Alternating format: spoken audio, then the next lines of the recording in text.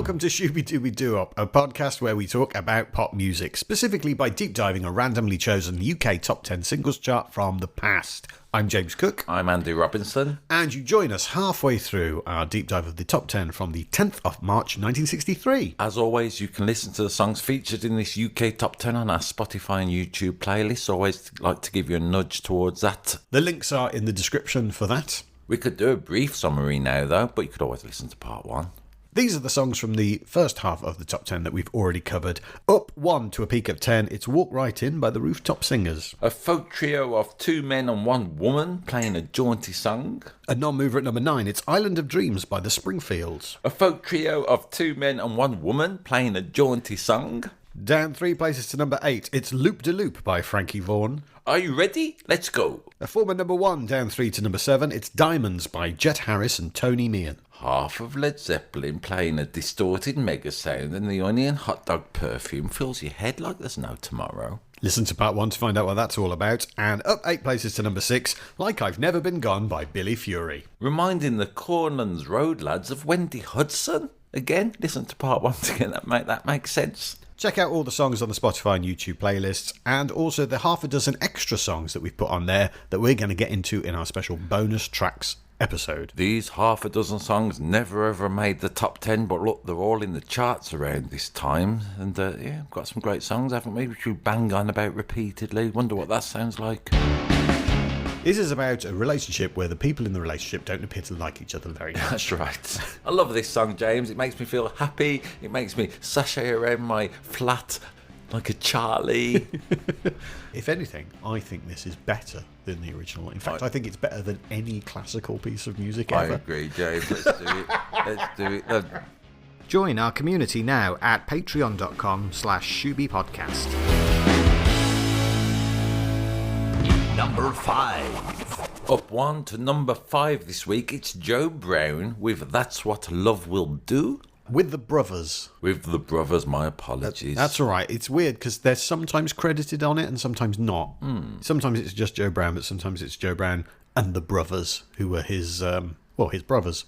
His third and final top 10 hit. Ah, really? That's surprising that was it for him in terms of chart success. We've already discussed a picture of you, so it's only got one more, James. We can fill our boots with Joe Brown facts. Cool. I mean, his name's Joe Brown.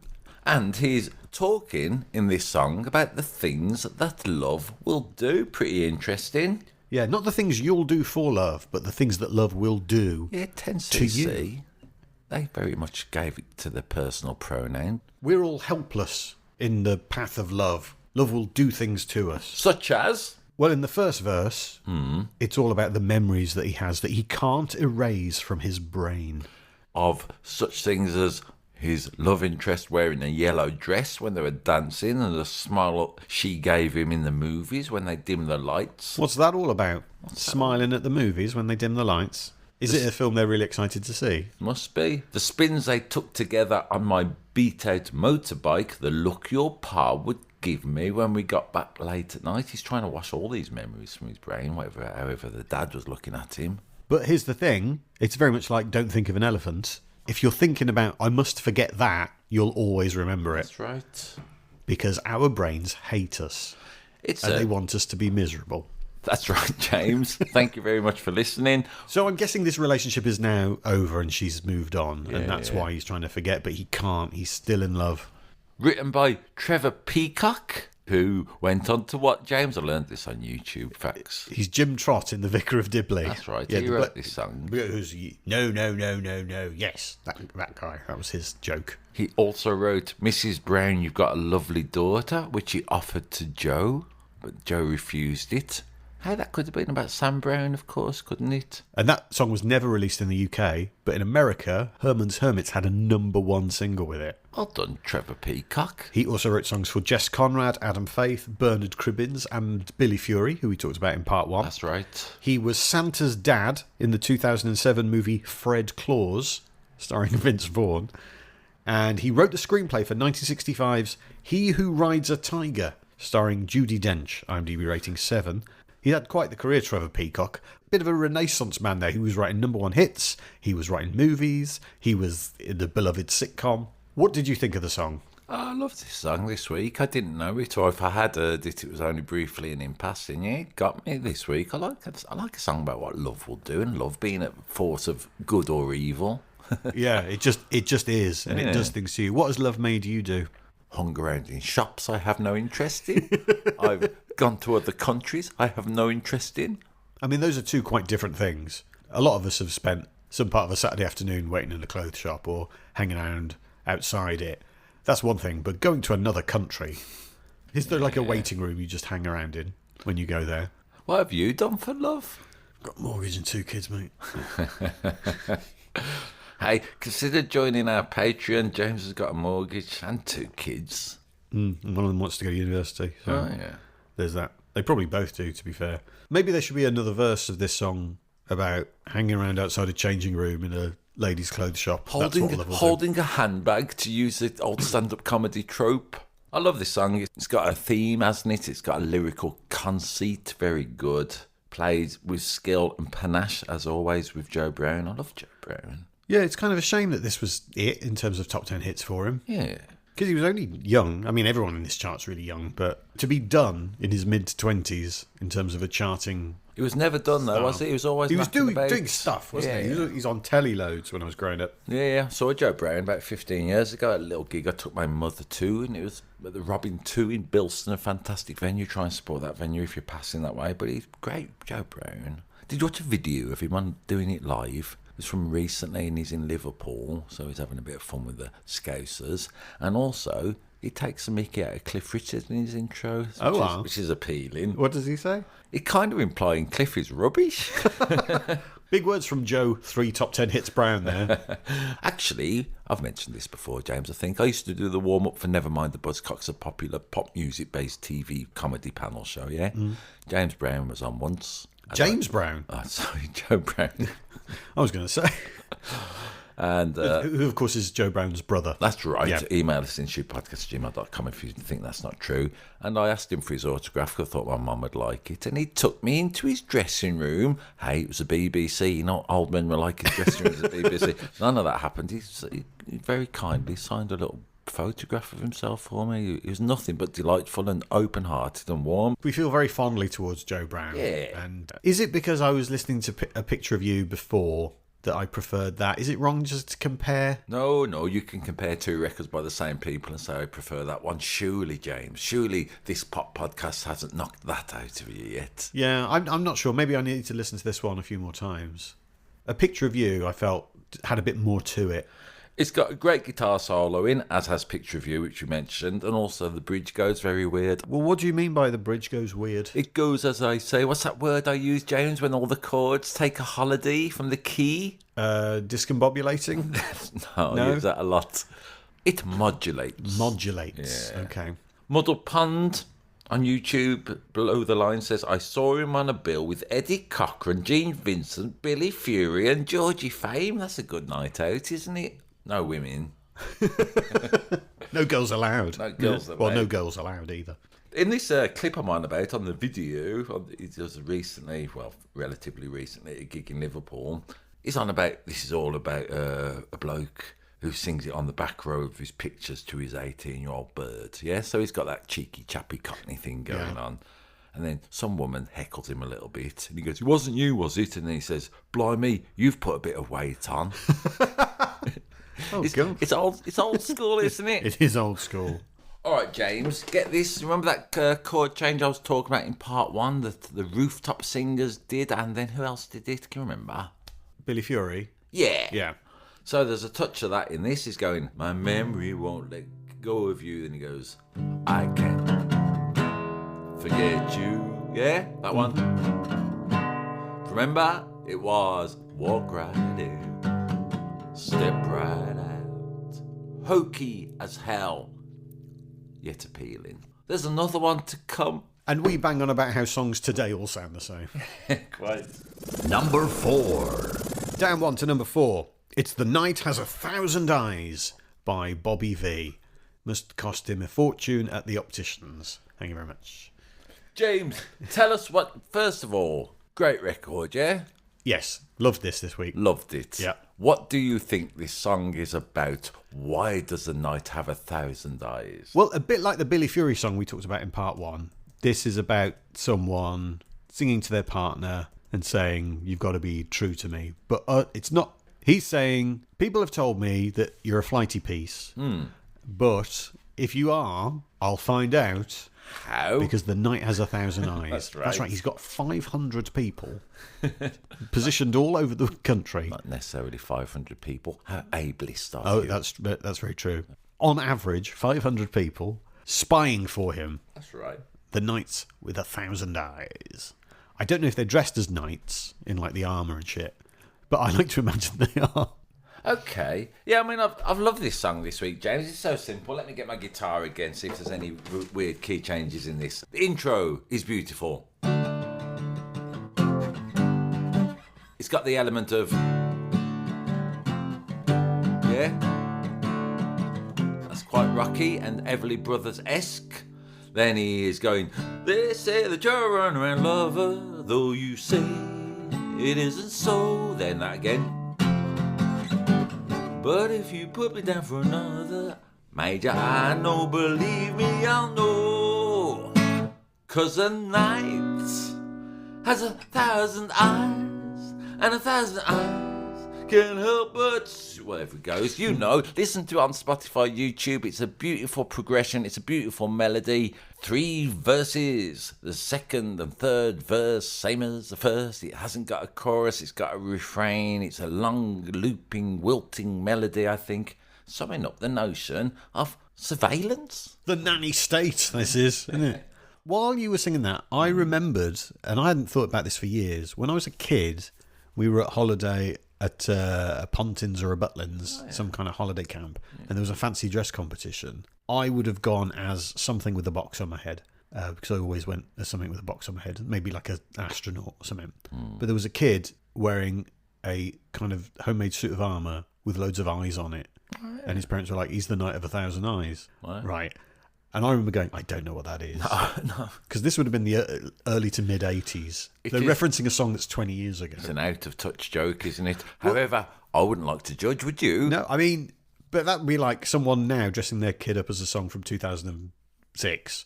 So, which doesn't feel that long ago, actually. So maybe it was fine.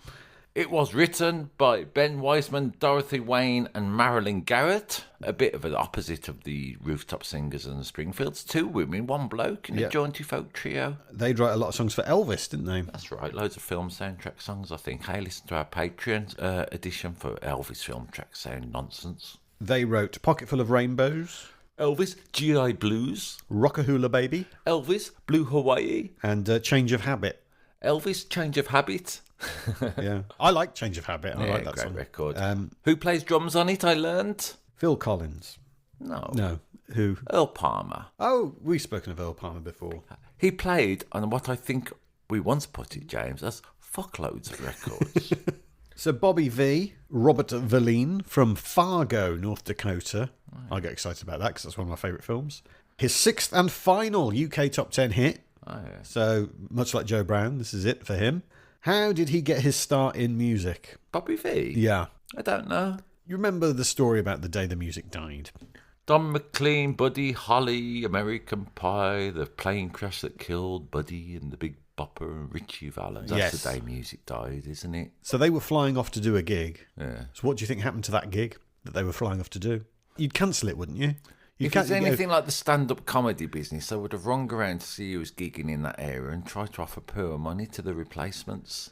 Incredibly, that is what happened. The venue put a call out for acts who could fill the bill. They were like, we're not pulling the show, even though 3 of the acts had died and we're all quite sad about it. Yeah. We're going to do the show anyway. 15-year-old Bobby V put together a band of his schoolmates called the band The Shadows. Okay.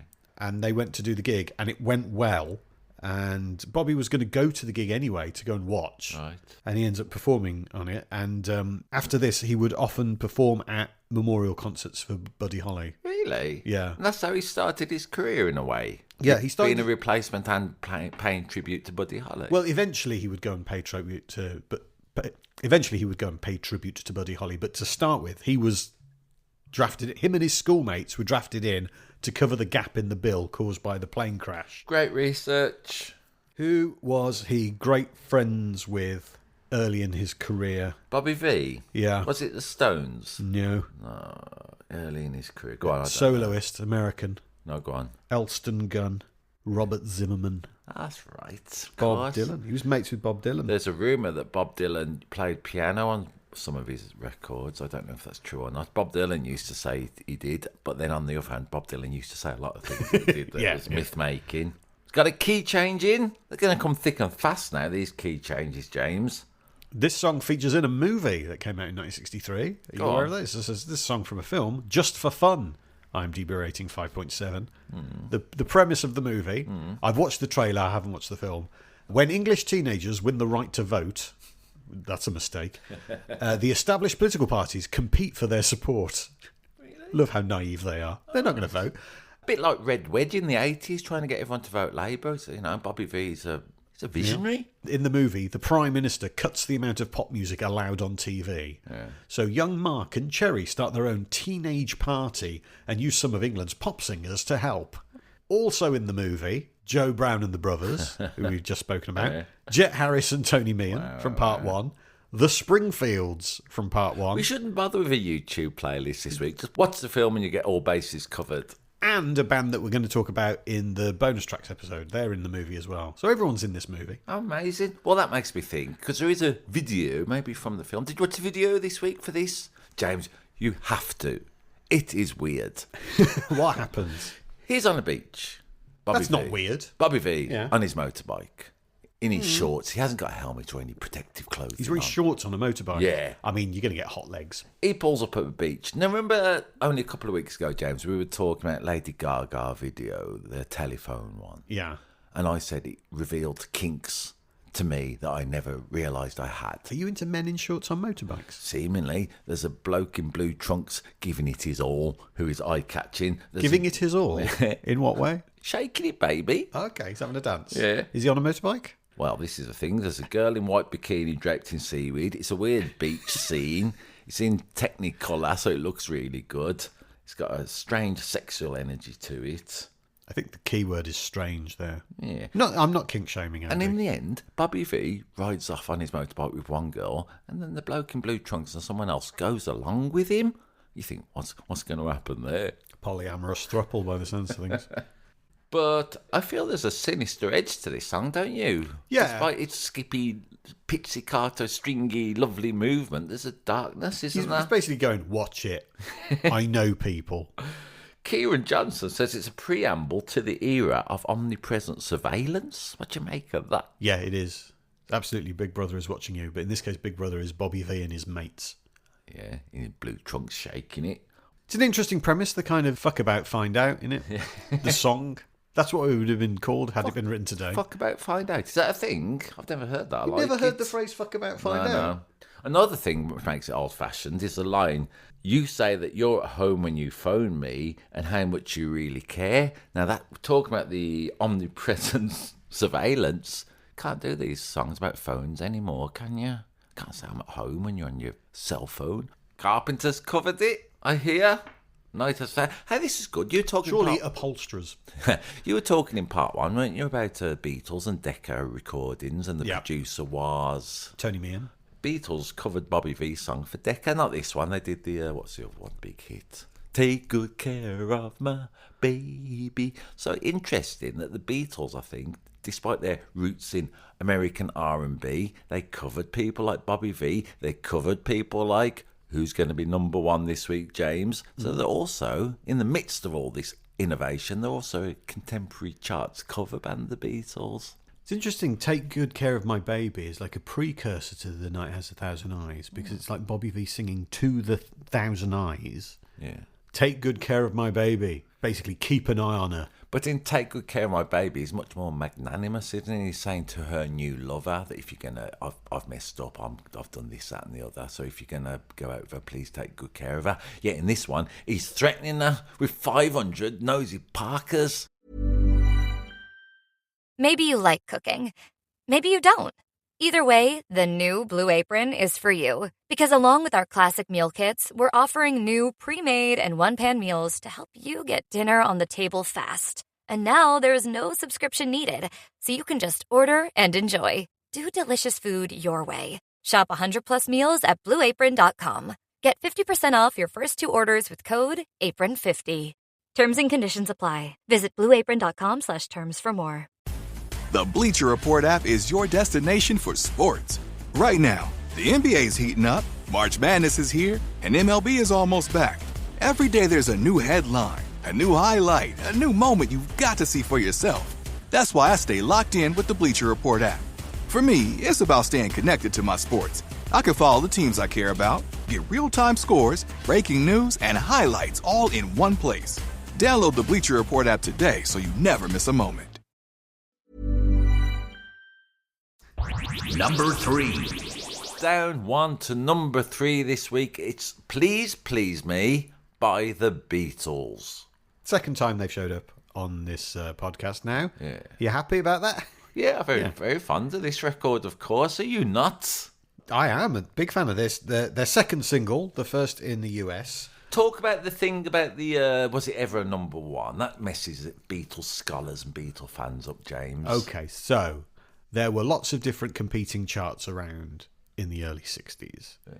The official UK chart at this time... Which is the one we work from, is it? It was the one put by the record retailer, and it had been since the start of the 60s. And the reason that's the official one is that's the only chart that goes up to number 50. Right. All the others only did like number 30 or number 40.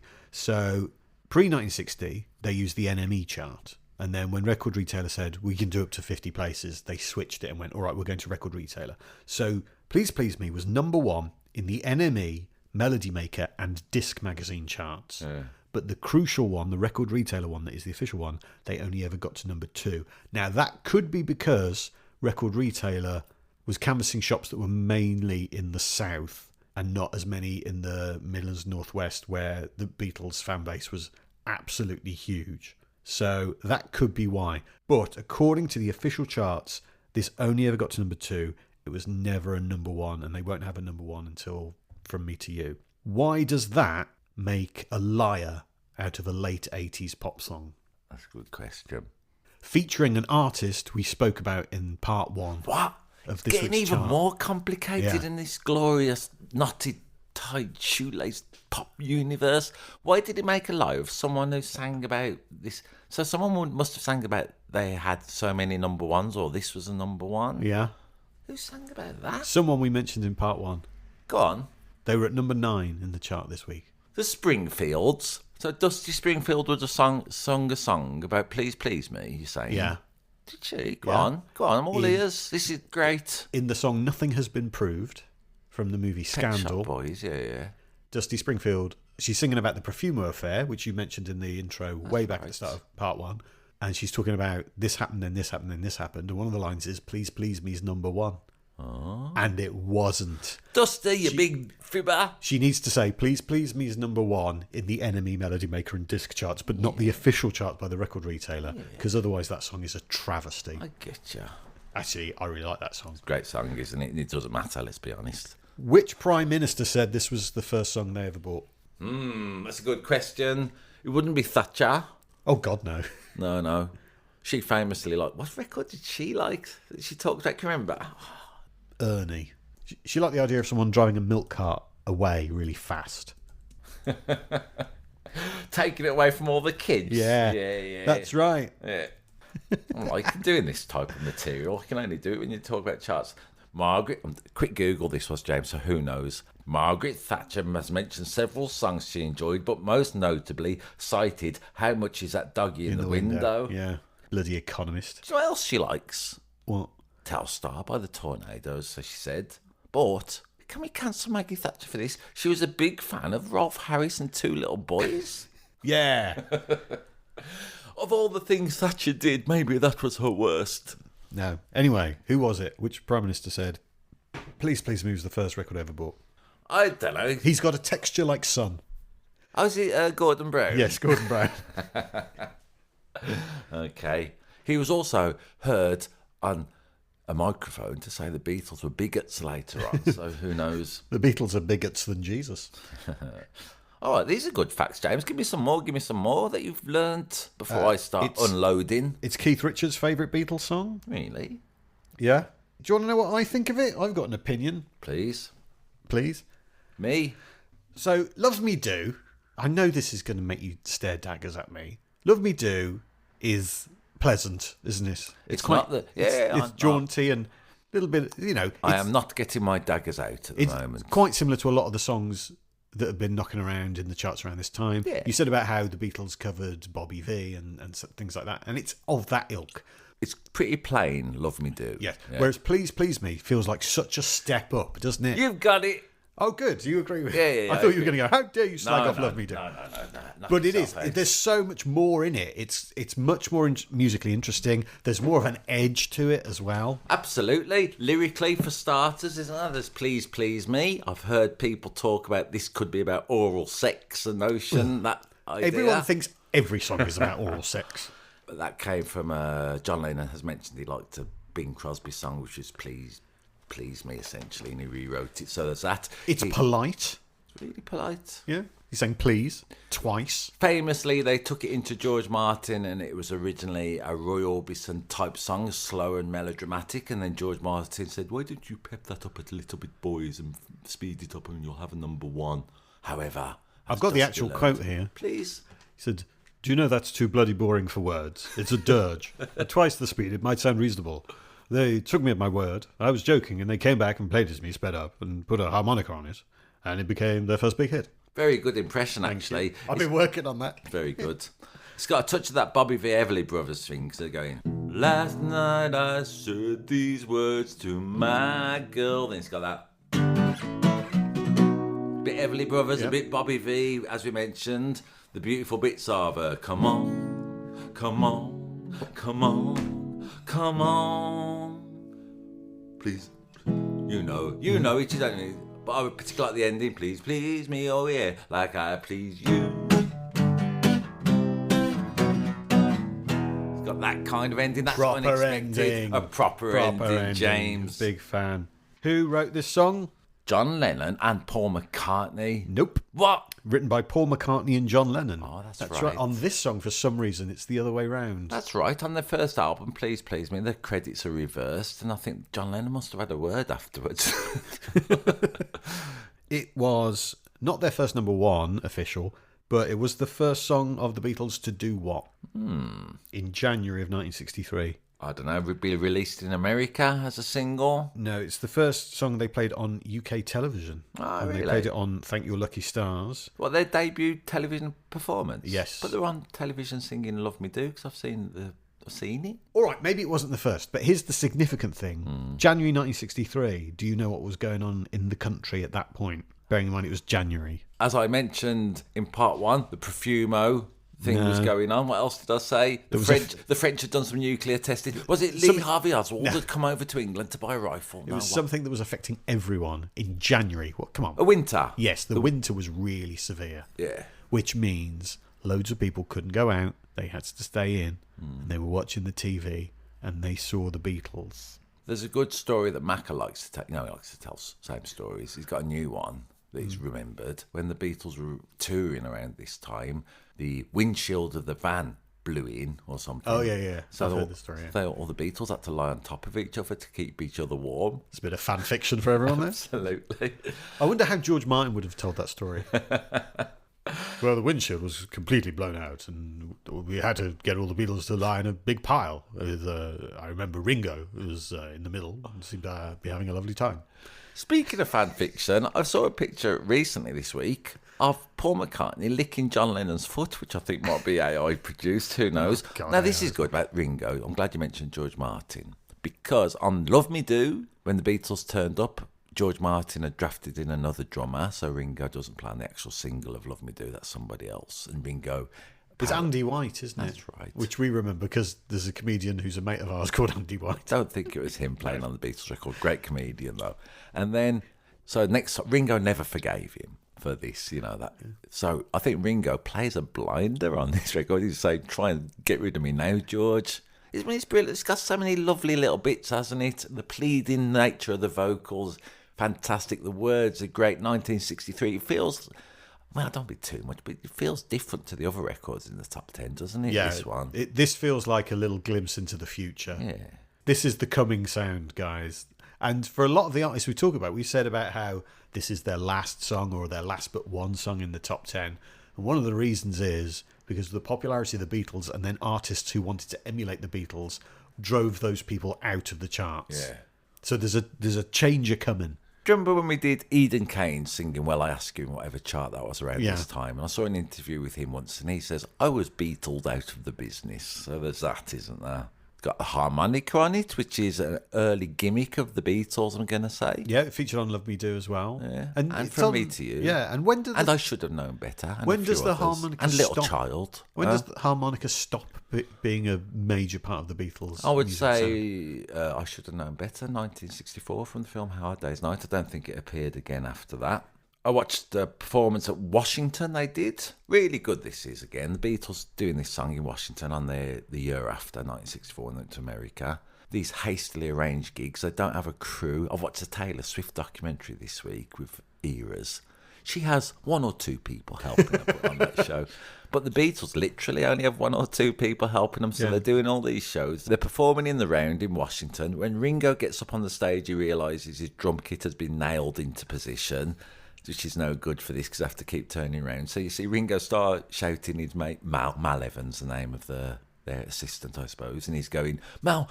So you see Ringo Starr trying to unprise a drum kit being nailed down. It's ridiculous for the biggest pop stars in 1964 to be doing this. They've got such a low budget for their live gigs. You've seen Beatles performance, of course. In fact, me and my wife and our eldest have recently watched the Beatles anthology. Did your kids like it? My oldest kid, who's into music, really got into it. And when it finished, she was like, are there any more Beatles things we can watch? And I was like, well, Great. yeah, there are loads. Yeah. So obviously I put on the Ruttles. Of course. we watched First place that. to We go. watched that because it's a piss take of the anthology. She's got 9 hours of Get Back if she wants to get into it. She's a musician. That's nothing but helpful. There are key bits in it that have always stayed with me. I remember from watching it in the 90s. Go on. Mainly Ringo based. Really? Go on. I think him at the end, when they're asked to sort of sum up what the Beatles means, and he goes, it was just four guys who loved each other very much. And, you know, I love that it has nothing to do with the music or the cultural impact or anything like that. It's just we were four mates who went on this journey. And also Ringo saying, I hated the Philippines, has stayed with me. So anytime anyone says to me the name of the country, the Philippines, I hear Ringo start going, I hated the Philippines.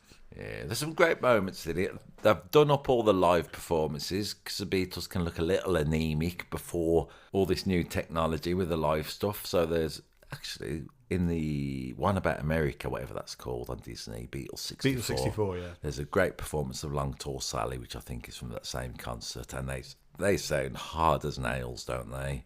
But this is good anyway. This comment, Paul McCartney introduces songs. Now, you've got to bear in mind this comment from Isle unto herself. She's put a full stop between every word. Yeah. So she goes, I find it funny how Paul had a habit of talking like this on stage back then.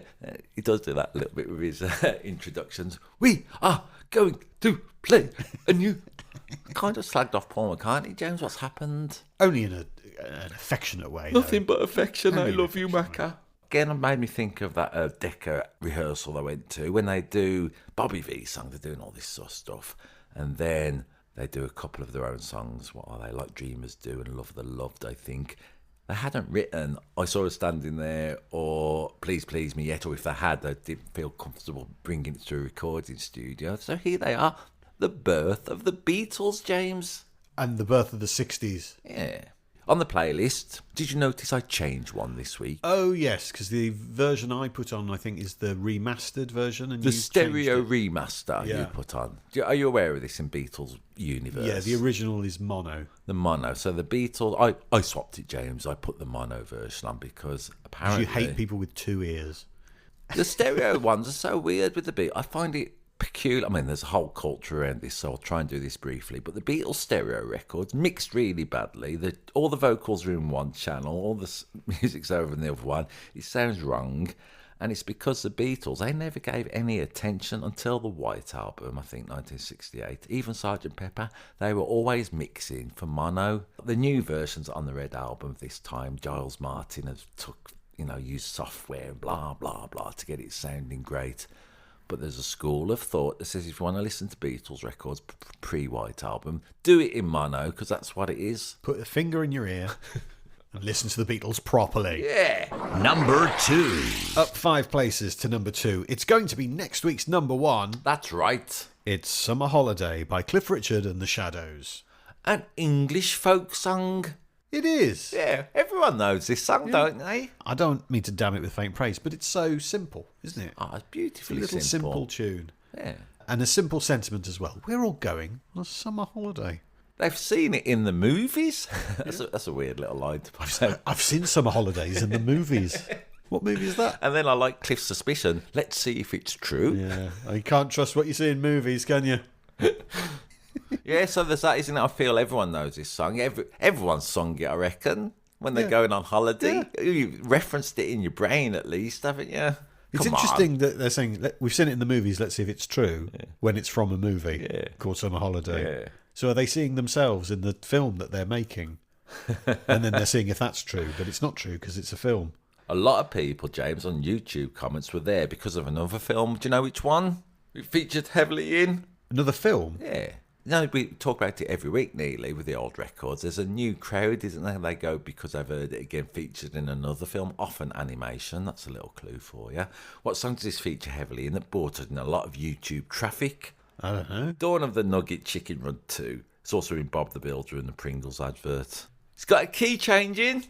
Written by Bruce Welch and Brian Bennett from The Shadows. That's right. They were given a premise of the movie and told, we need a theme song. So they were told, the premise of the movie, 4 or 5 guys hire a London bus and drive through Europe meeting girls on a summer holiday. I mean, you can interpret that film in lots of different ways. Absolutely. Welch said, it took us about half an hour. We wrote songs that changed society. Yeah. Did it change society, I'd say Summer so. Holiday? I'd say so, absolutely. Like I say, it's got that folk song element to it. It's adaptable, it's perennial, it's evergreen. All you have to do is have a rubbish week in a caravan somewhere and you can sing this song or, jet off. Jess Glynn's the new challenger to this, I'm going to say. Darling, hold my hand. Yeah. That's a new version of Summer Holiday, weirdly. Darling, hold my hand. I'm going on holiday. We've spoken in the past on this podcast about songs that seasonally are out of place and how they don't become hits. That's but right. Wasn't it? It was Boys by Sabrina. Famously, they released it in February, did nothing. They released it in the summer. Woohoo! Massive hit. Yeah. Well, what's really interesting about this is that this is released in January 1963, which we've just discussed, one of the worst winters on record. Yeah. Yet still becomes a hit. Maybe it had a touch of giving people hope. I wouldn't argue with that necessarily, would you? Yeah, it's because it's about we're going on a summer holiday, so it's in the future. It's not a thing that's happening now. It's not a thing that's just happening. It's a happening in the future. And when people are like, the weather is awful, they want to have that escape. It's a song of aspiration every year. If you go on holiday, which I don't, please join our Patreon. At a time when working class people were starting to have the disposable income to go on holidays, sometimes abroad, a lot of times in the UK. That's right. It annoys me, all this staycation talk. Have you heard that phrase, James? Yeah. I don't agree with it. Why? In what way? Because I think it's this, it was the harsh reality for a lot of people. It wasn't, I'm having a staycation, I'm going on holiday, I'm not going abroad. Do you think that's a holiday for loads of working class people? Staycation should mean I'm staying at my house, not I'm going somewhere in the UK. Yeah. No, that's still a holiday, guys. I agree. Yeah. Let's get them. As Jake Rimmer on YouTube says, want a song about summer, call Cliff Richard. Want a song about Christmas, call Cliff Richard. Those are his two main areas. What if I want a song about being wired for sound? Well, let's talk a little bit about the movie. Please. Summer Holiday, have you seen it? Yeah, a long time ago. Yeah. Yeah, and I watched the video. The video this week is a clip from the film. Hey, guess who gives Cliff a sandwich in the clip? Yeah, you didn't watch the video. Unistubbs. No, the guy... Melvin Hayes. No, good guesses, though. I know they're in the film, that's all. Rob Finley on YouTube points out the guy giving Cliff a cup of tea and a sandwich is Boba Fett from Star Wars. Oh, yes, yeah. I knew he was in it. Jeremy Bulloch. Okay. He plays a mechanic in Summer Holiday. This is a film that my wife watched loads when she was growing up, so she knows it really, really well. Yeah. And if it's on TV and she stumbles upon it, she'll probably watch it till the end. It's a charming film. As I've said many times in this podcast, James, I'm a Cliff Richard fan, aren't I? Yeah. It's bright and it's colourful. Who was originally considered for the role of Barbara, the American... In 1963, it would have been a big star, presumably. Big star. There's a clue in the character name. What was the character's name again? Barbara. Not Barbara Stanwyck, surely not. Barbara Stanwyck. Come on. Not Barbara Bach, who Ringo went on to marry. No. Barbara Streisand? Barbara Streisand. Really? Was originally apparently going to be that role, but she was then considered to be too famous even then. In 63? Yeah, well, this is... I'm just saying what I've found. Was she? All right, then. Who directed the movie? It was Bergman. No. Fellini. No. I know you're being like, it's... If I say someone highfalutin, it's funny because the film is so, throwaway and disposable. God, who did it? It's Peter Yates, who, 5 years later, would direct Bullet with Steve McQueen and go on to be nominated for Oscars for Breaking Away and The Dresser. I'd like to have Steve McQueen driving around San Francisco in a double-decker bus. That'd be a different car chase, wouldn't it? I learned that at the Globe Theatre in Stockton, there's a blue plaque saying Bruce Welch and Brian Bennett wrote the song there. So that 10 minutes they talked about was in Stockton, Globe, apparently. It just seems mad to imagine that there was a time when We're All Going on a Summer Holiday wasn't a tune that people knew. Yeah. For British people like us, it's part of our shared cultural heritage, isn't it? There's a few people on YouTube saying Cliff looks like Cristiano Ronaldo, which I liked. He does a bit. A little bit, that's doesn't going he? on. Yeah. Particularly when he's on that summer holiday and he's all tanned. Handsome fella. And he bends that free kick in. This is one of the songs he sang on that epic gig at Wimbledon. Oh, yes, that I you've like to spoken of mention. before. I was banging on about that with Cliff Richard, isn't it? When he entertained the crowd because it was raining a little bit. This was one of the 5 or 6 songs he sang then, all on his own, unaccompanied, like a champ. Do you think this song might have influenced Yellow Submarine? How do you mean? Well, We're All Going on a Summer Holiday. Yeah. We all live in a Yellow Submarine. We all. Yeah. Yeah. But also that sort of folky type communal element. Yeah. I think it did. Do you think the Beatles just basically ripped off Cliff Richard? Is that what we're saying? Have you heard the original cut of the original take of Yellow Submarine that John Lennon wrote? No. Pretty good, right? Let me see you do it. Because we all know, before Macca got his hands on it, John Lennon is singing, he's going, in the town where I was born, no one cared. No one cared. Blimey. So it's a very different take on what it Cheer up, became. John. We're all going on a... Let's do it. We're all going on a summer holiday. No one cares. No, that is actually true, isn't it? When What, people no one tell ca- you they're going on Yeah. holidays, Yeah. no one really else cares. Have a nice time, mate. Am I invited? Then no, I don't care. The UK's number 1. It's a non-mover at number 1. Is it a non-groover? We will find out. It's Wayward Wind by Frank Ifield. Ahead of Summer Holiday, ahead of Please Please Me, The Wayward Wind. I didn't know this song before this week, James. Did you? No, mate, no, I didn't. And What's your- part of me thought, oh, how dare this be at number 1, considering what is lower down the charts. How could it be? And yet it has grown on me. absolutely. It's, It's a winner, isn't it, this song? It's got a very high sing-along quality to it. It is the final song with a key change in this week's top 10, so there's that. Also, James, while I was grooving and moving along to Frank Ifield while he's at number 1, I had a little look. There's loads of people have sung this. It's a classic, isn't it? I'm almost appalled with myself for not knowing this song. So I heard Patsy Cline singing it. I've heard Johnny Cash singing it. I saw Tex Ritter singing it. Also on YouTube, I clicked on a performance by Zooey Deschanel where she's singing it along in a bedroom to backing tracks. I mean, it's really appealing. James, recently I bought a computer. Well done. Yeah, right. And I'm claiming it against... It's a ZX Spectrum. It's a ZX Spectrum with the cassette tapes in quite right too. And then I was claiming it against earnings, yeah? Mm. And I said, I'd work on this. And I was trying to get more percentage off my accountant. He told me very kindly not to bother. Then I realised, watching Zoe Deschanel singing Wayward Wind, being all really cute while doing it, I thought, yes, I'm working here. Yes. This is a legitimate business expense, definitely. Yeah. Written by Broadway and Hollywood musical director Stanley Lebowski. Ah, okay. Yes. We believe in nothing, Lebowski. And first recorded by Gogi Grant, real name Myrtle Arensberg, in 1956. It was American #1. What did that knock off the top of the American charts? Not a clue. The original version. Heartbreak Hotel. Okay. In the UK, it gets to #9. The Tex Ritter version that you mentioned gets to #8. And Jimmy Young gets to #27. Right. And then this is the #1 version by Frank Ifield, the Australian who was born in Coventry, who was massive in 1962 and 1963. Massive. He had 4 UK #1s. This is the third of those in that short period of time. People loved him. There's a sort of Western vibe to his voice, isn't it? It's a cowboy type song. It's very much a song all about an untrustworthy narrator. No, it's not untrustworthy because he's admitting it. He's saying, you'll never tie me down, essentially. I'm like the wayward wind. I'm the next of kin to the wayward wind. A little bit like, say, Nelly Furtado did years later. I'm like a bird. I'll only fly away. It's a Don't Trust Me record, isn't it? I'm a free spirit. He's a flighty piece. It's a flighty piece. He could be singing back to Bobby V. The night has 1,000 eyes. Yeah, he's like, well, I don't care because I'm the wayward wind. Yeah, I'm going to do what I want anyway, Bobby V. Yeah. And that's why those two never really made it as a couple. Does a great bit of yodeling, as Frank Ifield is prone to do. So I was thinking about wind, because I'm a man of a certain age and my diet's not amazing. Not really, because of this song, about how the wind shows up in the titles of UK pop hits. Mm. So shall I sort of name the type of wind and you can tell me who had the hit with it? Okay.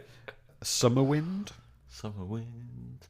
I'm thinking of breeze. And summer breeze, I suppose, is a kind of a wind, isn't it? A less windy wind. Yeah, Frank Sinatra. I knew that. I was talking. Go on, give me a chance, mate. What about a wind of change? Oh, the Scorpions. Yeah. Terrible Just imagine song. those coins hitting you in the face. Awful. What about the wind beneath my wings? Boyzone, Westlife. One of them. No, Celine. that's flying without wings. Oh, the wind beneath my wings. Who sang it? Celine? No. Go on. Someone a bit like Celine. Do you ever know You're My Hero? And everything I wanted to be. No, it's Bette Midler. Okay. But also... I bring much shame on myself. I shall have to leave the room now while James does this. Oh, here we go. Go on, keep talking. I don't want to keep talking on my own like a maniac. Can you come back in, please? Let me in. All right, come on. Go on, I'm all ears. Bette Midler didn't have the biggest hit with Wind Beneath My Wings. That was Stephen Houghton, got to #3 in 1987. But someone else had a hit, sort of, with Wind Beneath My Wings. They got to #40 in 1994. I can a sense soap star. I can sense your delight at a this. soap star. You did it once. You got me with that bloke who did a version of Light My Fire or something from London's Burning. So I'm trying to think of a soap star where the wind is heavily featured. No, soap star. I'm going to say Coronation Street. No, go on. Bill Tarmy, who played Jack Duckworth, had a hit with it. What about Kisses on the Wind? Nope. Nana Cherry. Oh, well done, Nana. Yeah. Blowing in the Wind by Bob Dylan. Yep, never a hit. Wind Your Body Down, whoever sang that. Yeah, never a hit for Bob Dylan, but was a hit for... Stevie Wonder. And the biggest hit of Blown in the Wind. Peter, Paul and Mary. Peter, Paul and Mary got to #13. There's loads of them. There's absolutely loads of them. There's loads of songs about the wind. Email us. I mean, the biggest selling single of all time in the UK. What's that? The biggest selling single of all time in the UK. Band-Aid, is it? What, do they know it's windy? No. What are you talking about, James? Come on, it was the third version of that song to get in the charts. It was #1. It sold millions. About a wind? Yes. Well, it's not about the wind. It's got the wind in the title. Was it Nick Hayward, Whistle Down the Wind, No. that well-known perennial song that is even bigger than Summer Holiday? So many people are yelling at their podcast player right now. I know, this is why... it's partially why I'm dragging it out. Come on, off the top of it, you must know the biggest selling single of all time in the UK. I don't. From 1997. What? With the wind in the title. Everything I do for wind. No. Wind is all around. it. Bohemian Windy. We're trying to put ourselves out there as like pop experts to a certain degree. No, and no, this no. is so basic, I have mate. never put myself out there as a pop expert. That's a good job. I know what I know. Candle in the Wind. Of course. I don't count that as a song.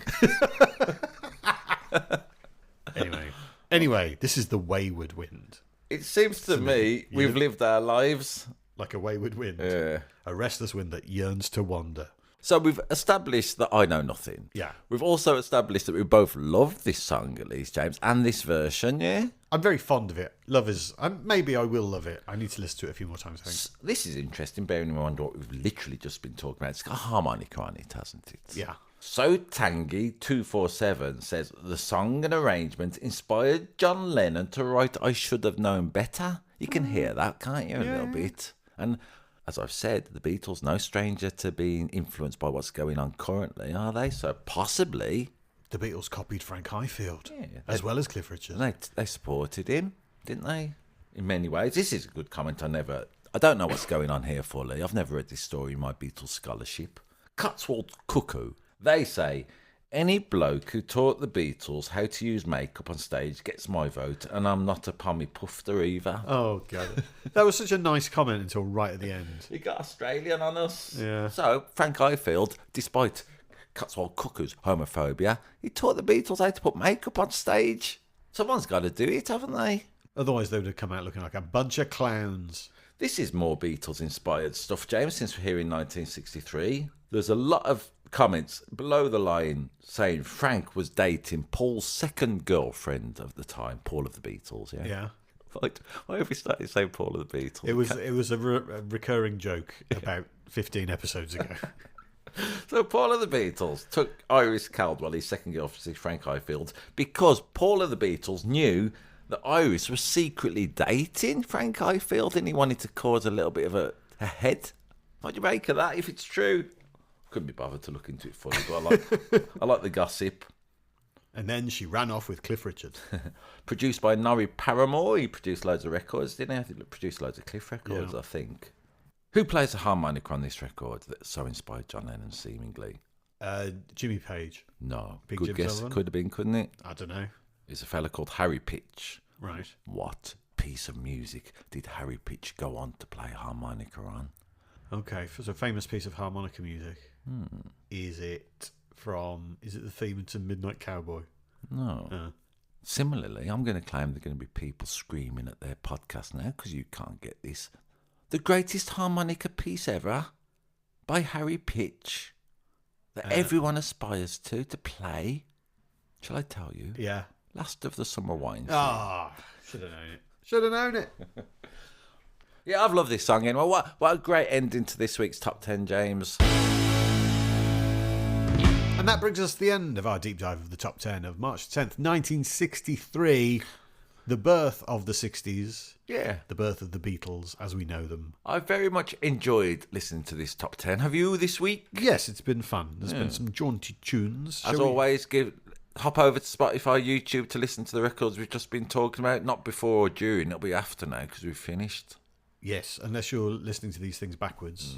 In which case, how are you doing that? What was your favourite? Well, obviously, Please Me. But of the songs that I didn't know, Walk Right In, I've enjoyed The Wayward Wind, The Night Has 1,000 Eyes, which I kind of knew a little bit.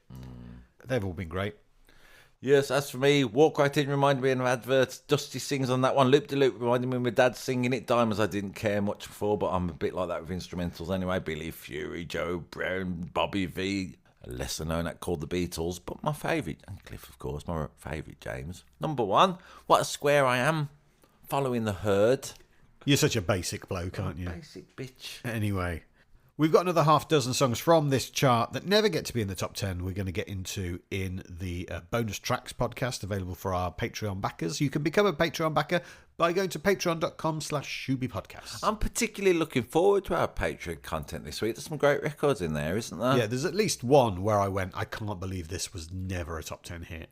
As always, we would like to thank the record buying public of early 1963 for putting all these records in the top 10. We would like to thank all the artists and the performers and the musicians and the producers and all the hot dog, onion stench and fairgrounds, I suppose. But most of all, James, who would we like to thank? The people who are listening to us. Always really grateful. Please, please, please leave us a review from wherever you get your podcast from. Please please me and you, like I please you.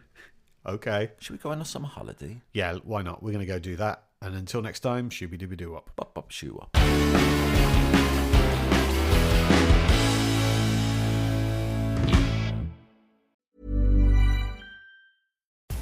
The Bleacher Report app is your destination for sports.